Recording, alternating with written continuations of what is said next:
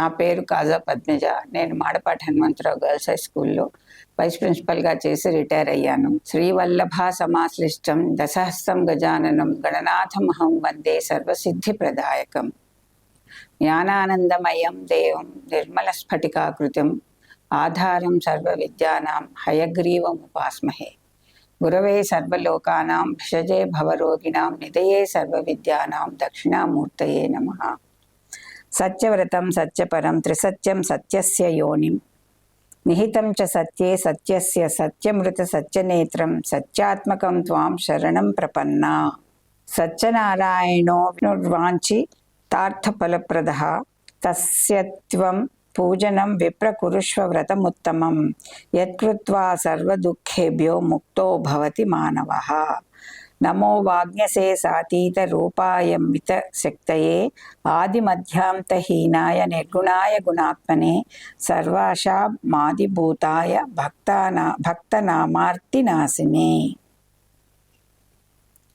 ఈరోజు మనం శ్రీ వీర వెంకట సత్యనారాయణ స్వామి అన్నవరం గురించి నాకు తెలిసిన విషయాలు మాట్లాడతాను.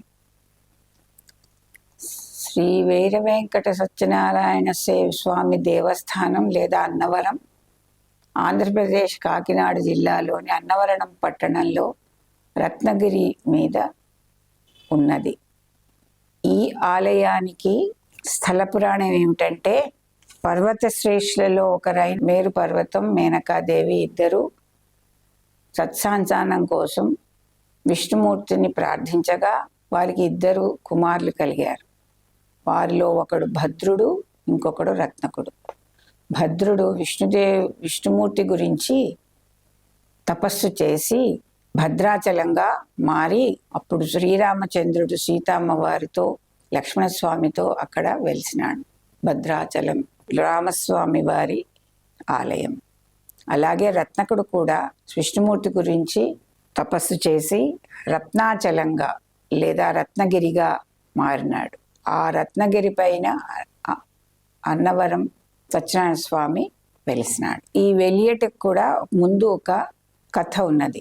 అదేమిటంటే, తూర్పుగోదావరి జిల్లాలో పిఠాపురానికి సమీపంలో గోరస గ్రామ ప్రభువు రాజా ఇనుగంటి వెంకటరామారాయణిమ్మ బహద్దూరు తరువాత ఆ ఏలుబడిలో ఈరంకి ప్రకాశరావు అనే బ్రాహ్మడు ఉండేవారు. వీరిద్దరికీ కూడా రాత్రి కలలో సత్యనారాయణ స్వామి కనపడి, నేను రాబో శ్రావణ శుక్ల విధియ మఖా నక్షత్రం గురువారం నాడు రత్నగిరిపై వెలియుచున్నాను, మీరిద్దరూ కలిసి గుడి కట్టవలసినదని ఆదేశించాడు. అప్పుడు ఇరువురు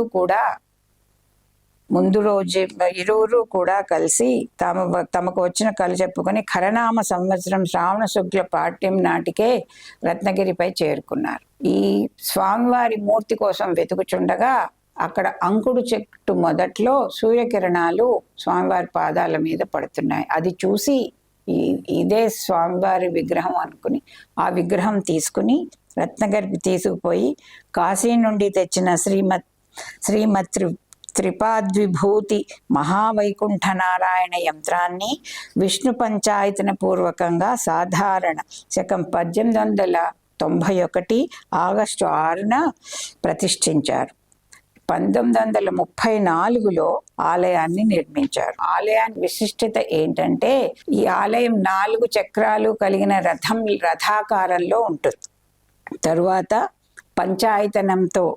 విష్ణు పంచాయతనంతో వెలసినది ఈ క్షేత్రం.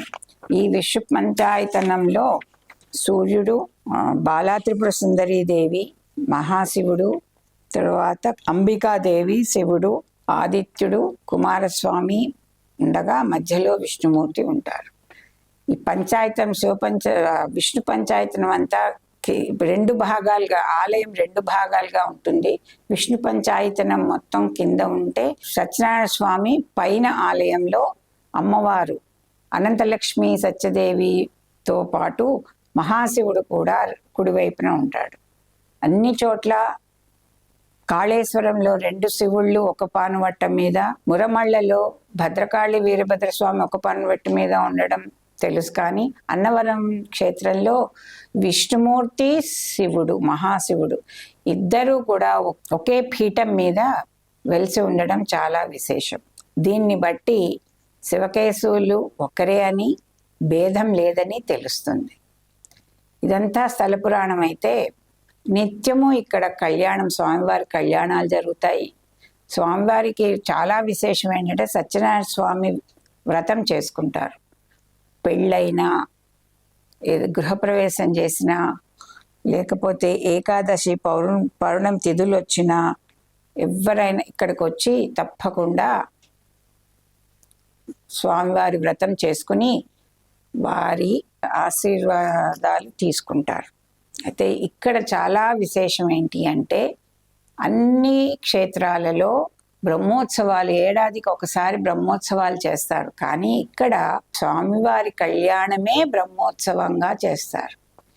ఈ స్వామివారి కళ్యాణము వైశాఖ శుక్ల దశమి నుండి 5 రోజులు విశేషంగా చేస్తారు. వైశాఖ శుక్ల దశమి నాడు అమ్మవారికి, అయ్యవారికి కావలసినటువంటి పసుపు ముత్తైదులందరూ దంచుతారు.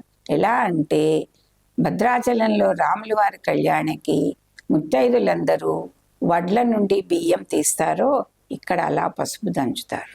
తరువాత స్వామివారిని, అమ్మవారిని వధూవరులుగా అలంకరిస్తారు. వధూవరులుగా అలంకరించి, దీనికి ముందు విశేషం ఏంటంటే, క్షేత్రపాలకుడైనటువంటి రాముడు సీతమ్మ వారితో కలిసి పల్లకి ఎక్కి ఊరందరినీ స్వామివారి కళ్యాణానికి పిలుస్తారు. ఇది చాలా విశేషం. రాత్రిపూట స్వామివారిని, అమ్మవారిని వధూవరులుగా అలంకరించి స్వామివారిని గరుడ వాహనం మీద, అమ్మవారిని గజవాహనం మీద తీసుకొచ్చి సీతారాముల ఆధ్వర్యంలో ఎదుర్కోళ్లు చేస్తారు. మర్నాడు శుక్ల ఏకాదశి నాడు రామాలయం ఎదురుగుండా రత్నగిరి పైన విశేషమైన కళ్యాణ మండపం ఏర్పాటు చేసి విక్షక్సేన పూజా పుణ్యావచనం చేసి, అంటే కళ్యాణం జరిగేటప్పుడు ఏ ఆటంకాలు రాకూడదని పూజ చేసి, తర్వాత మధుపర్క పూజ చేస్తారు. వరుడైన సత్యదేవునికి,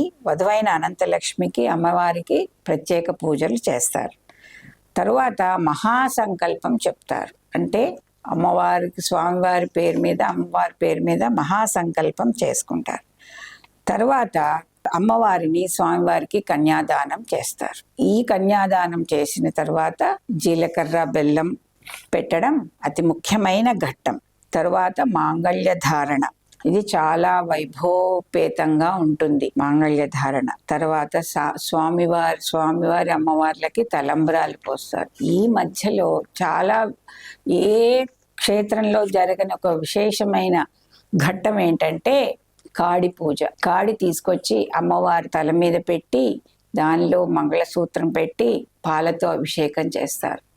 ఇది చాలా విశేషమైన ఘట్టం. దీనికి ఉన్న విశేషం ఏంటి అంటే, వధూవరులు ఎక్కడా పొరపచ్చాలు లేకుండా మిగిలిన జీవితం అంతా గడపాలని దీని ఉద్దేశం. ఎందుకంటే కాడి 2 ఎద్దులకు కడితే ఎద్దులు 2 కలిపి లాగుతాయి. అంటే ఇద్దరూ సమంగా ఉంటే తెలియకుండానే జనాలకి ఇలాంటి విశిష్టతని స్వామివారు, అమ్మవారు చెప్తున్నారు. తరువాత ద్వాదశి నాడు అమ్మవారిని, అయ్యవారిని ఊరేగింపు వివిధ వాహనాలపై భక్తులకు దర్శనమిస్తూ రత్నగిరి మాడ వీధులలో ఆయనను ఊరేగిస్తారు. ఊరేగించిన తరువాత త్రయోదశి నాడు స్నాతకం చేస్తారు. ఈ స్నాతకంలో భారతదేశం నుండి వివిధ ప్రముఖులైన వేద పండితులందరూ వచ్చి వేద పఠనం చేసి స్వామివారి అయ్యవారికి ఆశీర్వదిస్తారు. అప్పుడు ఈరంకి కుటుంబం వారు, రాజా బహదూర్ గారి కుటుంబం వారు ఆ వేద పండితులని ఘనంగా సత్కరిస్తారు. చతుర్దశి నాడు వసంతోత్సవం జరుగుతుంది. అమ్మవారిని, అయ్యవారిని వనవిహారానికి తీసుకెళ్లి వసంతోత్సవం చేస్తారు. ఇది కూడా చాలా కన్నుల పండుగగా ఉంటుంది. పౌర్ణమి నాడు అమ్మవారికి, అయ్యవారికి వనవిహారం జరిపిన తరువాత పాడ్యమి నాడు చక్ర స్నానం, పుష్పయాగంతో కళ్యాణ మహోత్సవాలు ముగుస్తాయి. ఇది ఈ బ్రహ్మోత్సవాలలో జరిగే ఈ కళ్యాణం లోక కళ్యాణం కోసం జరుపబడుతుంది.